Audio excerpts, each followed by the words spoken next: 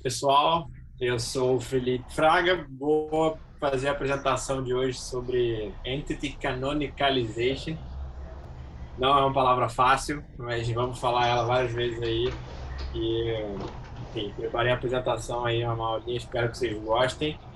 Se vocês tiverem qualquer dúvida, qualquer pergunta, se estiver indo rápido demais, só abrir o microfone, levantar a mão que eu respondo qualquer coisa. Enfim, pode perguntar sem problemas. Deixa eu acertar aqui a minha passada de slides. Agora vai. Então, aqui tem um resuminho de como vai ser a sequência aí da aula. Então, começar com a definição do que é canonicalization e com relação à entidade. Depois, definir as tarefas que existem nesse universo.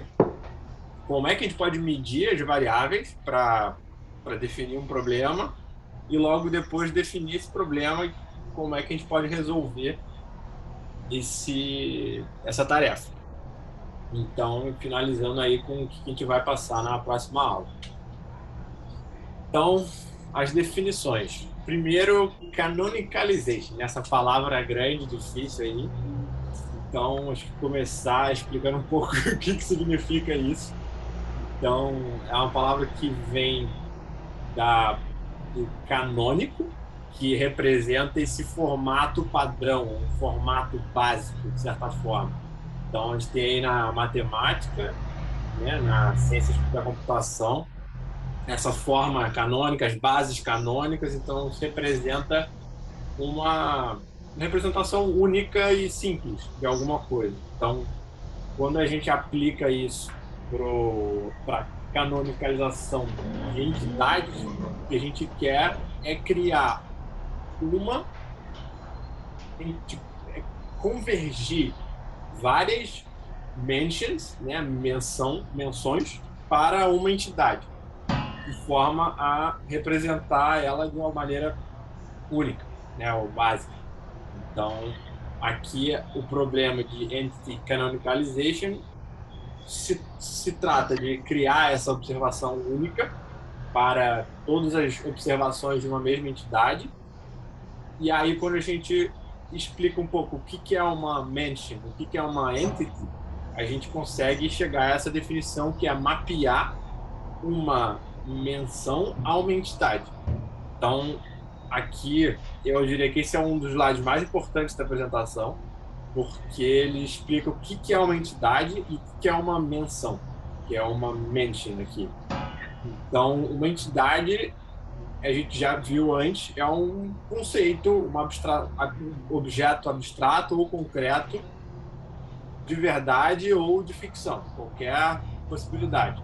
E uma menção é o string, ou seja, o texto que representa aquela entidade. Essa é uma distinção bem importante porque a gente vai usar bastante a ideia de mention e de entity. Então, aqui na direita tem uns exemplos que o livro traz de algumas mentions e entidades correspondentes. Então, aqui no caso, tem mais entidade do que menções. Por quê? Porque cada menção vai poder se referir a mais de uma entidade aqui. Então, por exemplo, Bob, ele tem duas possibilidades aqui, que é o Bob Dylan e o Robert Kennedy. Então, a menção é Bob e a entidade é qual é a entidade que aquele pedaço de texto está se referindo. Então, dito isso, podemos passar para as diferentes tarefas que existem dentro de Entity Canonicalization. Antes, vou dar um passo para trás, voltar um pouco para apresentações passadas e definir qual é que é o ponto de partida aqui. Então, antes de falar do que a gente vai fazer, é bom entender o que a gente tem, onde é que a gente está no processo.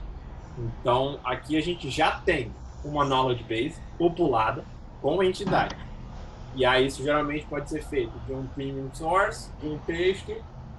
Fato é que essa knowledge base já deve ter as entidades canonicalizadas. Elas já devem estar em forma canônica.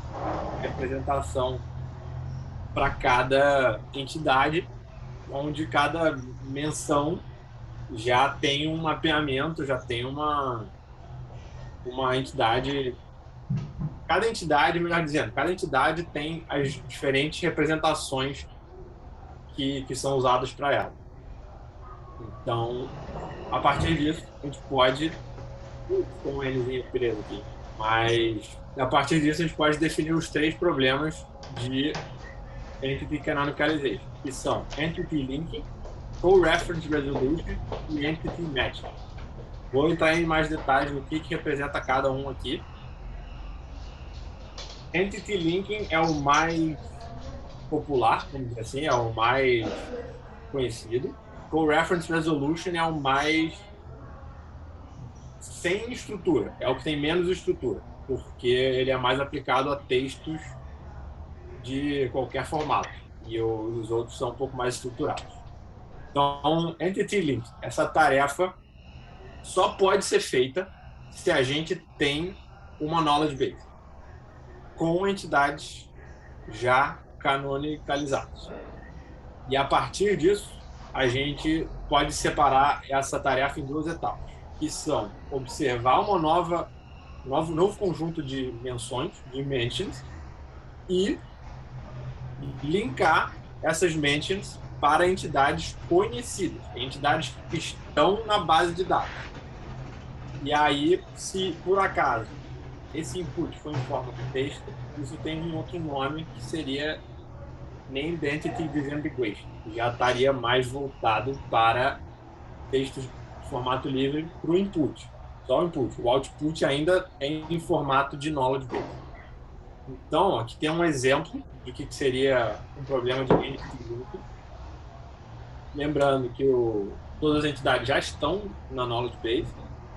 Então, se a gente pegar aqui o Floyd revolutionized rock with the wall. Se você pegar cada palavra, elas são não necessariamente definitivas do que elas estão falando, né? Então, Floyd, por exemplo, pode ter essas 3 representações. Rock também existem diferentes representações, por aí vai.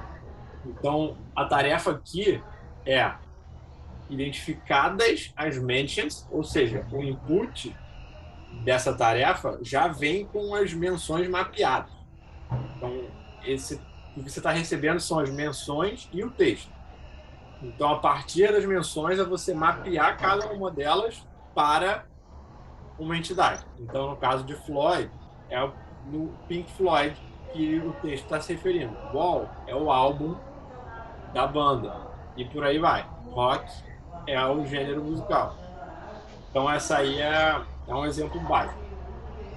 Existem outros formatos de entity link, como out of knowledge base entities, que é entidades que não estão presentes ainda na knowledge base. E aí, a única coisa que muda em relação ao entity link normal é que quando você observa novos conjunto de mentions, você pode ter alguma entidade ali que não está na knowledge base. Então, você teria que adicionar, dar uma adaptada aí no processo. Então, entity linking é isso. É um mapeamento bem mais estruturado. Você já tem uma knowledge base e você quer mapear um conjunto de mentions para cada entidade que você já tem. Próxima é Co-Reference Resolution.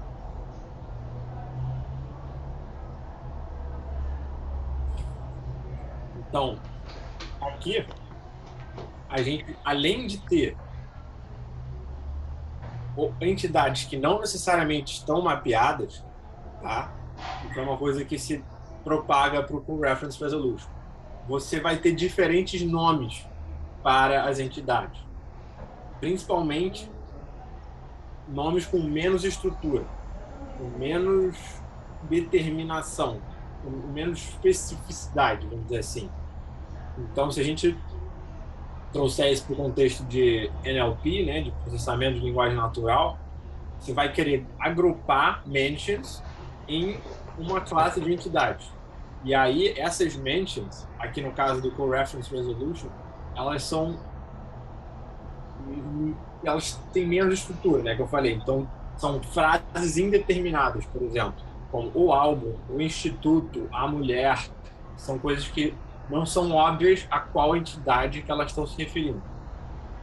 E também existem pronomes, como ela, ele, aquilo, que estão representando entidades, o string representa uma entidade, mas não é óbvio qual é. Então, um exemplo de co-reference resolution seria esse conjunto de três frases aí. Então, Ana é uma graduate student at UT Dallas. E aí, na próxima frase, em vez de usar Ana, você vai usar she, que é super normal. Ela adora processamento de linguagem natural, trabalha com isso no instituto. Então, aqui você tem outras frases que estão usando pronomes ou palavras não muito específicas que estão se referindo às entidades de cima. Então, o co-reference resolution é sobre isso, é sobre textos com menos estrutura, onde você está querendo mapear referências a uma mesma entidade. Isso aqui vai ser muito útil no material da próxima aula, por exemplo, que vai ser quando você vai atribuir relações entre entidades. Por quê? Se você tem na segunda frase que she loves working in natural language processing, você não tem nenhuma referência específica para Ana aqui nessa segunda frase. Então, na hora de você encontrar as relações, que seria, por exemplo, Ana trabalha com Natural Language Processing, você não ia ser capaz de identificar essa relação sem Co-Reference Resolution. Aí que entra uma grande utilidade, por exemplo, dessa tarefa aí.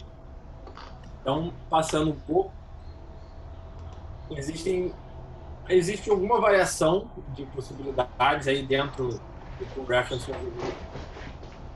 E o mais marcante seria esse Cross-Document Co-Reference Resolution. Ele vai mapear todas as mentions de entidades em todo o dataset, todo o corpus, né, que o Casanova mencionou, que é esse conjunto de documentos, de texto. Então, quando você está falando do todo o seu corpus, né, todos os documentos, fazer isso simultaneamente é um outro trabalho completamente diferente, que vai ser mais difícil em alguns aspectos. Do outro lado, você vai ter mais informações para fazer tudo de uma vez só. Outra é uma diferença, né? Então, alguns dos métodos para fazer resolver o co-reference resolution seria usando regras, que é um pouco mais limitado, porque você precisa definir tudo manualmente, um pouco mais braçal. Conditional Random Fields, CRF, modelos gráficos, redes neurais, e aí você vai usar o poder da computação para te ajudar a não ter que fazer tudo na observação, na mão, usando regras. Então, o próprio modelo já vai aprender a fazer isso. Na próxima aula, com certeza, eu vou trazer alguns exemplos aqui que usam redes neurais e algumas outras possibilidades.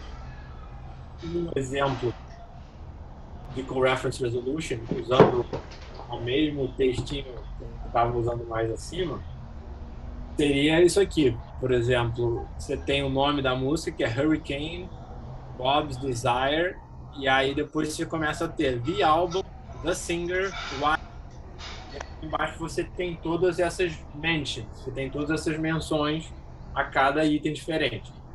Então, ele já colocou algumas linhas para mostrar quais que são correspondentes, né? Então, The Singer aqui está se referindo ao Bob Dylan, né? Então, por aí vai. Isso aí é um exemplo meio que do resultado, né? Claro que o processo não está sendo explicado aqui, a gente vai entrar em mais detalhes depois. Então, só para deixar bem claro qual que seria a diferença, a grande diferença entre Entity Linking e Reference Resolution. No Entity Linking, você está trabalhando com coisas um pouco mais definidas. Mentions que já são mapeadas com entidades que já estão na sua knowledge base. Com relação ao Co-Reference Resolution, é um pouco tem menos estrutura. Você não necessariamente tem uma knowledge base com todas as entidades. Talvez tenha que usar uma base terceira, né, com informações externas. E aí no Co-Reference Resolution, a outra grande diferença é que você vai ter essas palavras mais indeterminadas, né, com pronomes e tudo mais, que você vai querer unir com entidades nomeadas ou completamente nomeadas, mas entidades. Então, essas são as duas primeiras categorias. Eu vou explicar agora um pouco do Entity Matching. Então, Entity Matching é um pouco mais parecido com Entity Linking, no sentido de que os dois usam alguma estrutura. Mas tem uma grande diferença aqui. Eu vou explicar essa parte de baixo aqui. Basicamente, o Entity Matching, ele só pode acontecer, ele só vai ser definido um problema como Entity Matching, você não tem uma base de dados claramente superior ou mais completa. Por quê? O Entity Matching, você está matching dois datasets, por exemplo. Então, para fazer isso, você está matching os dois em igualdade no Entity Matching. O Entity Linking é quando você já tem uma base de conhecimento estruturada e definitiva, ou primária, vamos dizer assim. Então, no caso do Entity Matching, é só quando você tem dois datasets em termos de igualdade. Assim. Os dois não têm a estrutura completa. Então, o que é a tarefa em si é identificar onde existem entidades correspondentes desses dois conjuntos. Então, você vai querer juntar eles e comparar para ver onde ali existem entidades em comum e, claro, fazer esse pareamento, né? Encontrar esses matching candidate pairs e definir quais deles são mais prováveis de serem válidos. Então, isso vai acontecer encontrando semelhanças entre eles. Essas semelhanças estão listadas aqui nesse próximo slide. Então, quando você vai comparar, por exemplo, duas fileiras, dois datasets diferentes, você vai usar a sintaxe, que é a nomenclatura, para ver se tem no mesmo texto duas coisas iguais escritas. Né? Se você tiver Marco Antônio Casanova e no outro Marco Casanova, provavelmente aquilo tá correlacionado na hora de juntar dois datasets diferentes. Tem o contexto. Contexto, quando você está falando de uma linha, são, por exemplo, as outras células da linha. Né? Então, se você tem várias colunas, você vai ter uma com nome, outra com a instituição, outra com o departamento, falando de um professor, por exemplo. Então, o contexto, você vai olhar para as outras linhas, né, para as outras células daquela linha, e ver se tem alguma que tem alguma semelhança, qual o nível de semelhança. Né? E os outras duas métricas aqui seria a consistência. No caso aqui, ele fala isso mais como um constraints mesmo, porque você, por exemplo, em um dataset você não vai querer mapear duas linhas no mesmo dataset uma com a outra, né? Então, se você tiver um outro dataset que mapeia para duas linhas nesse dataset aqui, você vai querer resolver isso de alguma forma. E o outro seria usar background knowledge, distance knowledge, que já entraria um pouco mais em detalhe. É você basicamente usar o artigo da Wikipedia de certo conceito, entidade, por aí vai. Então, esses são os três problemas: Entity Linking, Co-Reference Resolution e Entity Matching.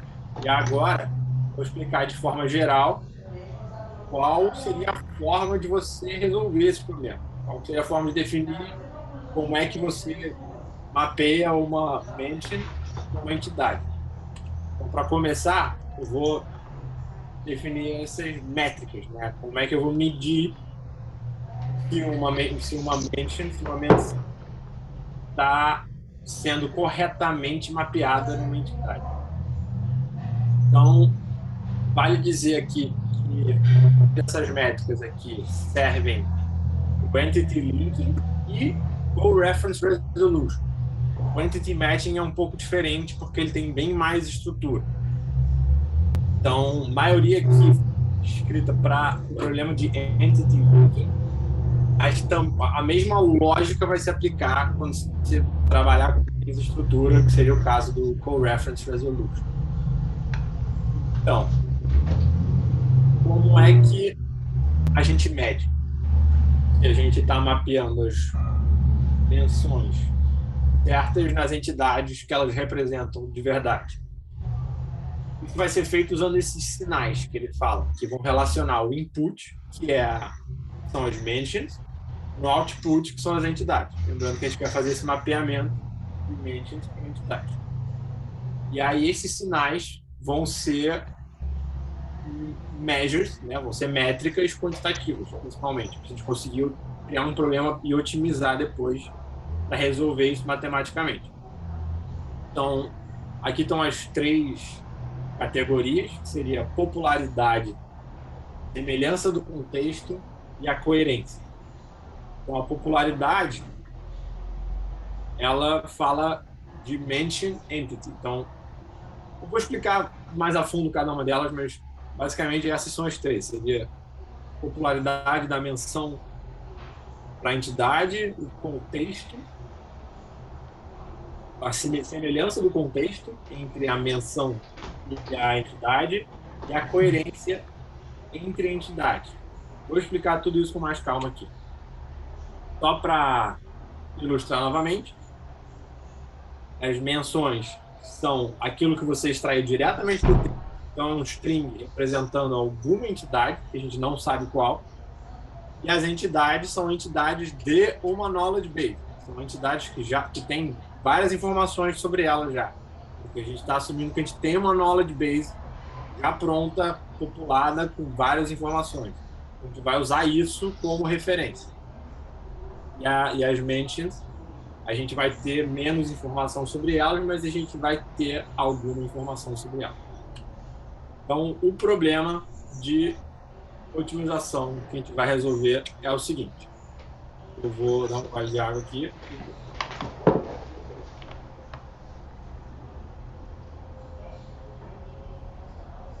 Então, existem 3 métricas, que são essas métricas quantitativas, que vão ser usadas nesse problema de otimização, onde a gente vai querer encontrar uma função que mapeia as menções para as entidades.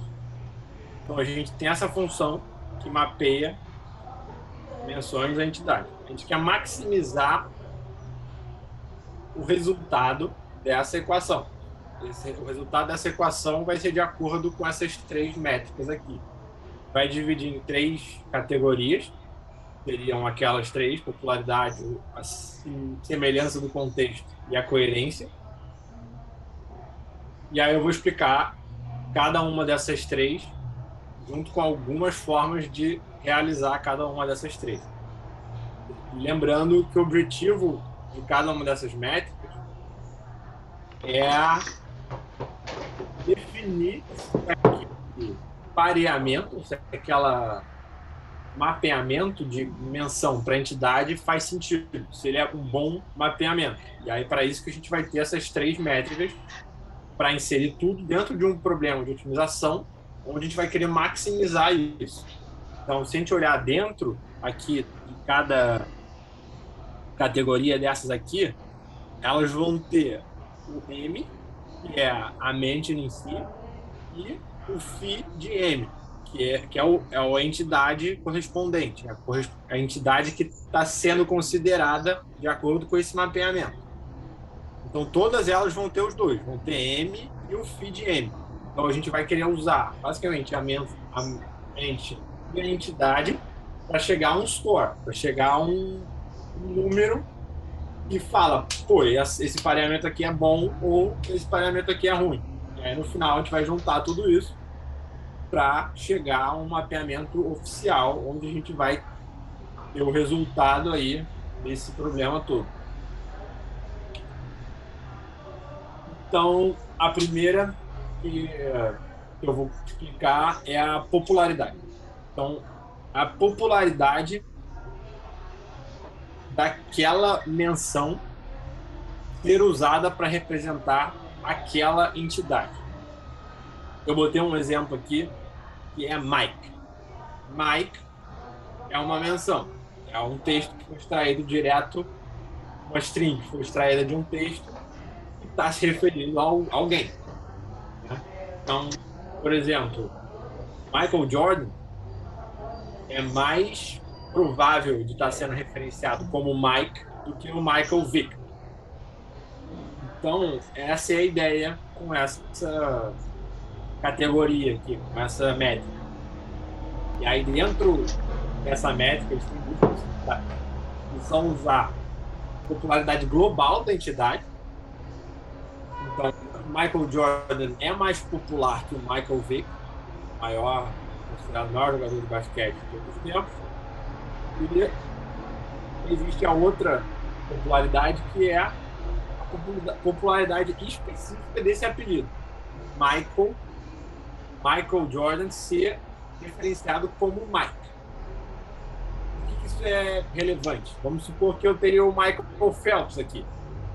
Vamos lá, que o Michael Phelps é tão popular quanto o Michael Jordan.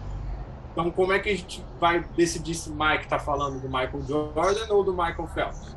Aí que entra a popularidade dessa menção ser usada para essa entidade.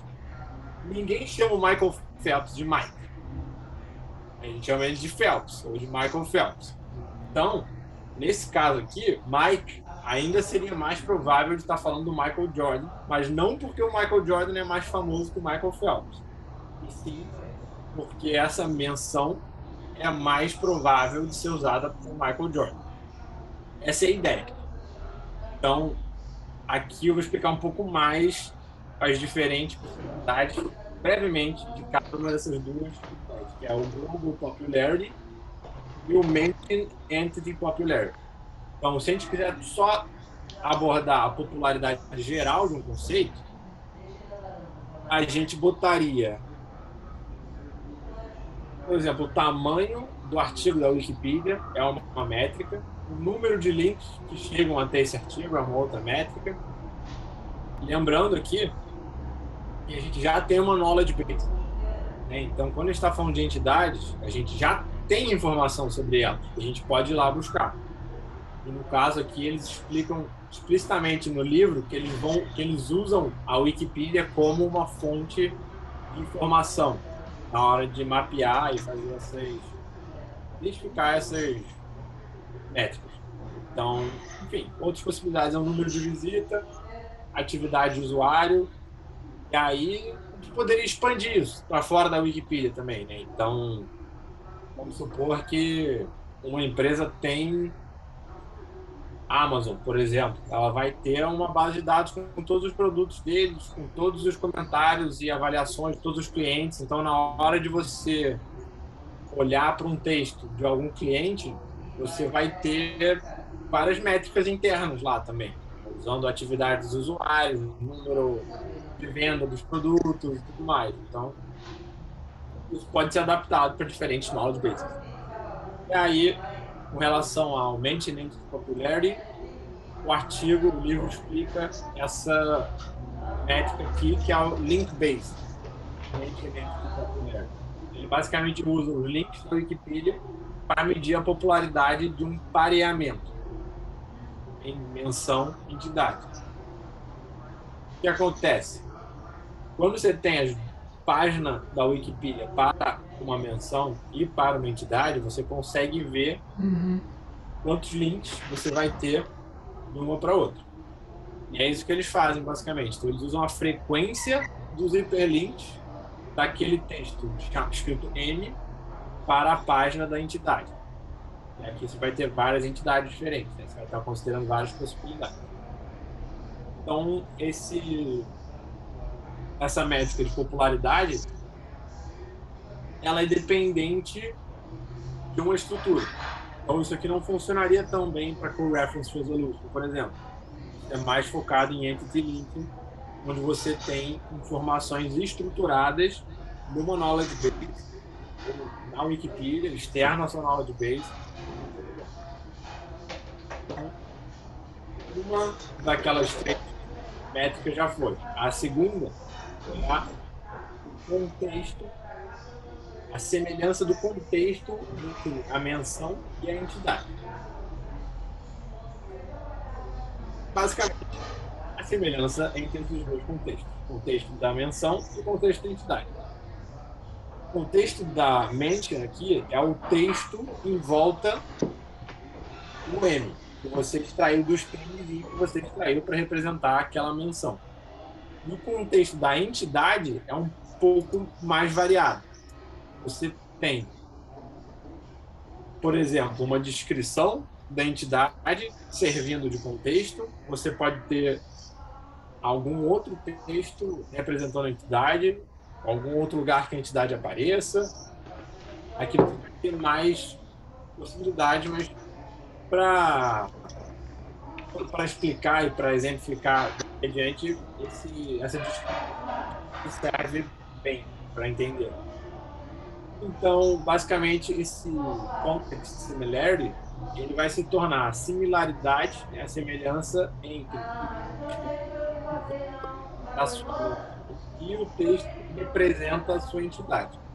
Eu vou explicar um exemplo aqui, mostrar um exemplo aqui. Seria o caso desse texto com Steve Jobs, sendo o cofundador da Apple. Ele é um pioneiro carismático, né? Adotou, foi raised aí por pais adotivos. Foi adotado pelos pais, morou em tal lugar na Califórnia. Então, daqui eu quero focar na palavra Apple, que é uma menção Apple a alguma entidade. A gente não sabe qual. Vamos dizer, a gente sabe, o computador não sabe qual. O programa não sabe qual. Então, aqui eu estou para exemplificar o texto da menção, que vai ser basicamente todas as palavras que estão em volta de Apple, aqui nesse texto, e o contexto de duas entidades candidatas aqui, que seriam Apple, a fruta, e Apple Inc., a empresa. Isso aqui eu tirei diretamente da Wikipedia, tá pequeno, é só para exemplificar mesmo. Basicamente, o texto de cima falando sobre maçãs e árvores e o nome da fruta, de onde ela veio e por aí vai. E a de baixo falando sobre uma empresa de tecnologia que especializa em eletrônicos, softwares, por aí vai. Então, como é que isso seria resolvido? A gente iria comparar esse texto da menção com os dois aqui, no caso, mais textos representando entidades para identificar qual que faz mais sentido. E algumas formas de fazer isso são as seguintes. Algumas métricas dessa semelhança entre contextos. Bag of words, phrase e embedding base. Então, bag of words é aquele saco de palavras onde você só usa cada palavra sem ordem, sem nada, só considerando a frequência dela. E phrase já tem um pouco mais de estrutura, você está usando frases, então você vai ter uma palavras em sequência, né? E o terceiro é embedding base, que é uma representação vetorial semântica do texto. Então, vale notar aqui que quando você vai, né, movendo para baixo com essa lista, a complexidade aumenta e até a capacidade de identificar semelhanças aumenta. Então, o state of the art, se a gente for assim, seria uma representação de embedding. Né? O Word2Vec é uma representação clássica, seria Word2Vec-like, né? Parecido, usando a mesma estratégia, para capturar sinônimos, termos relacionados, algumas outras informações que palavras sintáticas não representam. Então, a chave aqui é que o embedding base ele leva para o lado semântico, ele leva para semelhança a nível semântico. Semântico é o que a palavra representa, né? E o sintático é quais são as letras que estão presentes na palavra. Então, em geral, embedding base é melhor, mas não é sempre que vai funcionar melhor, claro. Então, existem casos onde o embedding base vai trazer um contexto semântico que não se aplica para aquela entidade que você está olhando e analisando. Então, um equilíbrio ou alguma mescla dessas medidas pode ser melhor. Então, basicamente, ficando brevemente, cada uma dessas três representa. Tag of Words vai ser um conjunto de palavras. Esse TF, IDF, é uma métrica que se chama Term Frequency Inverse Document Frequency. Não vou explicar o que é, mas basicamente uma forma de você contar, representar quantas vezes a palavra aparece naquele conjunto de texto, mais ou menos. E a partir disso, você encontra uma similaridade bem matemática entre dois vetores, um para a sua mente e um para a sua entidade. Aí outra métrica, que é a key phrase, você já vai usar uma sequência de palavras. E aí, quando você olhar para as semelhanças entre as sequências, vai pegar, por exemplo, sequências de diferentes tamanhos na sua menção e na sua entidade, vai comparar, vai ter algumas métricas para definir o quão parecidos essas sequências estão. E no Embedding Base, você vai usar essa representação vetorial no contexto de cada um. O Word2Vec é um exemplo. Hoje em dia, a gente tem muitas variedades de encoders que criam embeddings, né, para você representar um conjunto, uma sequência de palavras como um vetor, um espaço vetorial, um tensor, na verdade. Então, aí você compararia com uma similaridade de cosseno ou, enfim, alguma outra métrica esses dois vetores para chegar a um resultado semelhante.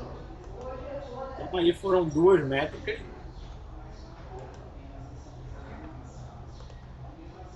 Essa aqui é a última. E aí, logo mais, a gente já finaliza a aula. Então, essa última é com relação à coerência entre entidades.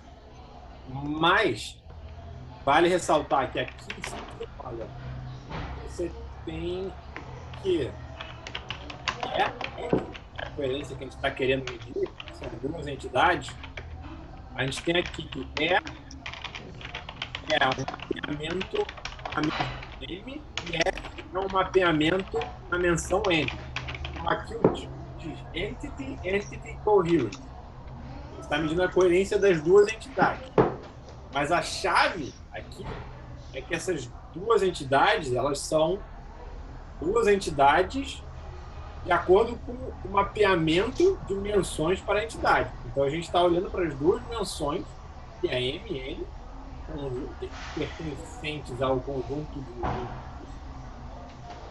E aí, a partir disso, a gente vai comparar as duas entidades que essas duas dimensões foram mapeadas. Então, isso aí é uma métrica para medir, basicamente, para definir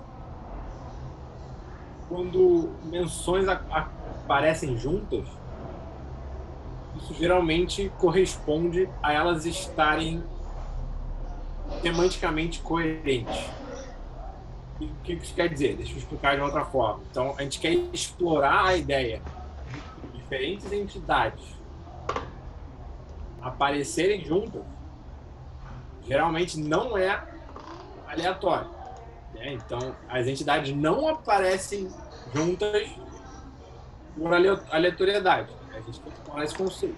Geralmente, quando duas entidades aparecem juntas, é porque as duas entidades têm alguma relação, né? Na mesma frase, por exemplo. Existe uma probabilidade de que as duas entidades tenham alguma relação semântica. Então, a ideia aqui de olhar para essa coerência é isso: olhar para as menções que aparecem juntas e mapear as duas para duas entidades e ver se essas duas entidades são parecidas. Basicamente isso. Então, quando diferentes entidades aparecem na mesma frase, elas têm uma chance maior de estarem conectadas. Essa é a ideia. Então, as métricas para avaliar essa coerência entre entidades seriam link-based, viu no exemplo da popularidade, e as outras bag of words, key phrase, embedding base, que a gente viu com relação à semelhança do contexto. Então, basicamente, é um link baseado na estrutura da base de dados, base de conhecimento, e as outras são baseadas no texto em si. Vou explicar um pouquinho como é que cada uma delas funciona.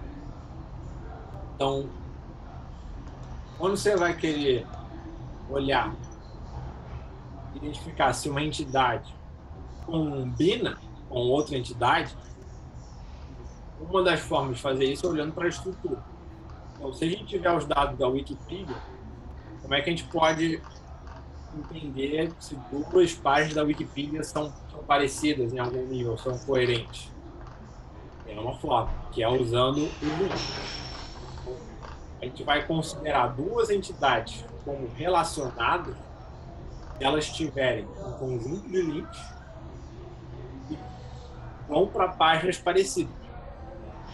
Então, basicamente, se uma página tem links para páginas em comum com a outra, que você está comparando, é um bom sinal, que as duas têm alguma conexão semântica. Então, quando se trata de link-based entity coherence, a gente está olhando para a estrutura dos dados, para ver quantos links eles vão ter, às vezes até entre as duas entidades, você vai ter links, mas é mais fácil de ter uma métrica garantida se você mapear da própria entidade para outras entidades em comum. Então, outras formas vão ser parecidas com com a similaridade do contexto, né? Só que em vez de ser um contexto da menção versus o contexto da entidade, você basicamente vai pegar o contexto da entidade 1 versus o contexto da entidade 2.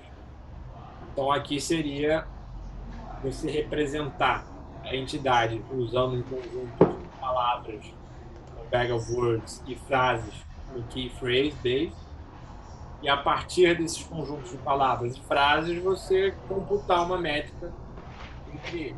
Então, overlap, né, literal, entre os dois sets é um exemplo, né, de você ver como uma entidade é parecida com a outra. Então, por exemplo, voltando para aquele exemplo do Steve Jobs e da Apple, né, se a gente quisesse relacionar o Steve Jobs com a Apple para ver se os dois aparecendo na mesma frase é coerente, a gente iria pegar a descrição do Steve Jobs na Wikipedia, a descrição da Apple na Wikipedia e ia comparar as palavras que os dois usam.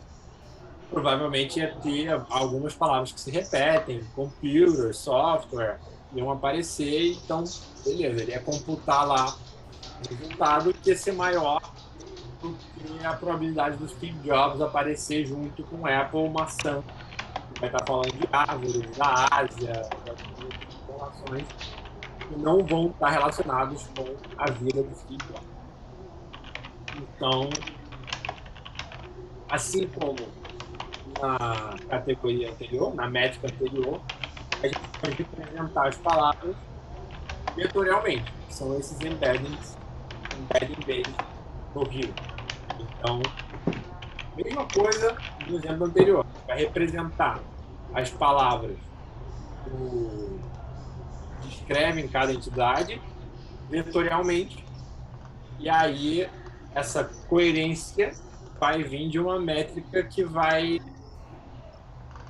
definir uma similaridade entre elas. Então, o cosine similarity é uma possibilidade.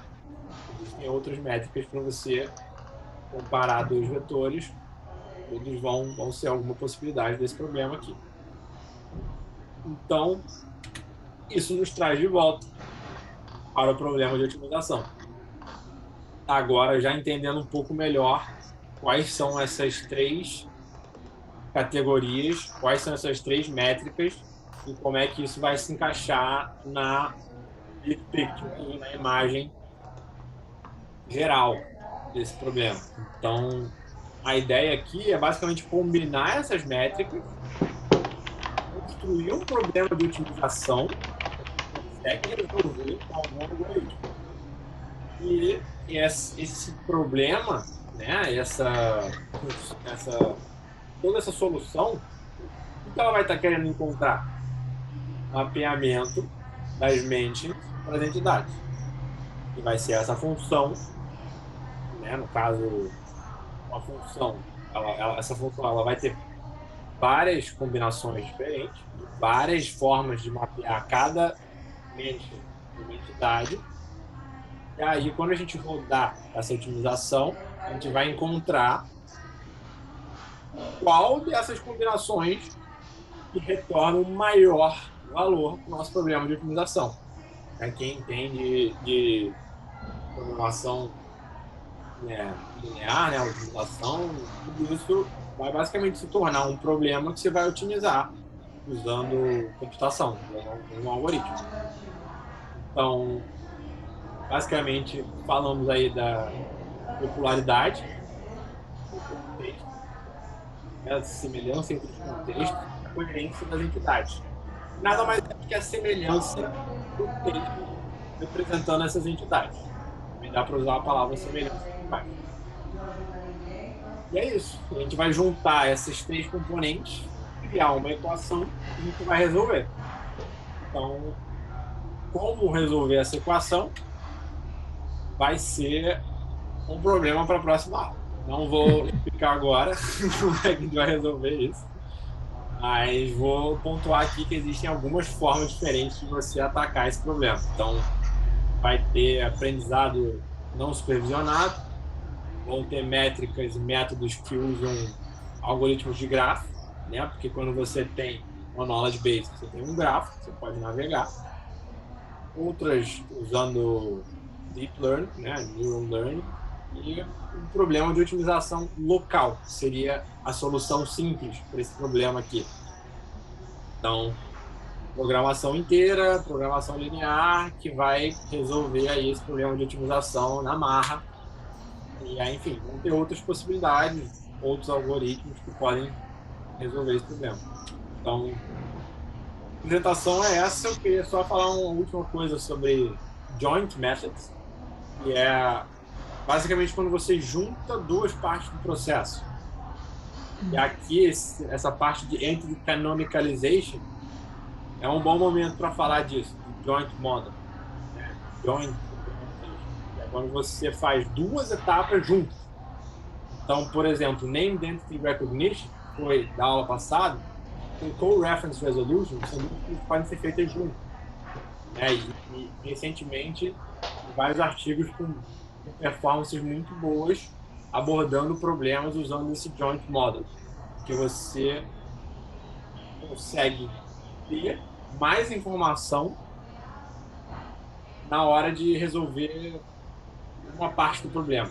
Né? Então, você basicamente, ao modelar de uma vez só dois problemas, você tem informação de um problema para resolver o outro e de outro para resolver o um. Então, é uma coisa bem interessante aí. E combina bem com essa parte de entity linking. Pode combinar bem, por exemplo, entre Named Entity Recognition e Relationship Extraction, que vai ser da aula seguinte. Então, é alguma coisa para manter em mente aí que é bem poderoso e tem sido bem usado recentemente. Então, é isso. Aula que vem falar sobre diferentes formas de resolver o problema aí de otimização. O problema geral de identificar, né, mapear mentes para entidades. Então, hoje é só. Muito obrigado pela atenção de vocês. E se quiserem perguntar qualquer coisa, o que eu mostre alguma parte da apresentação novamente, estou aberto.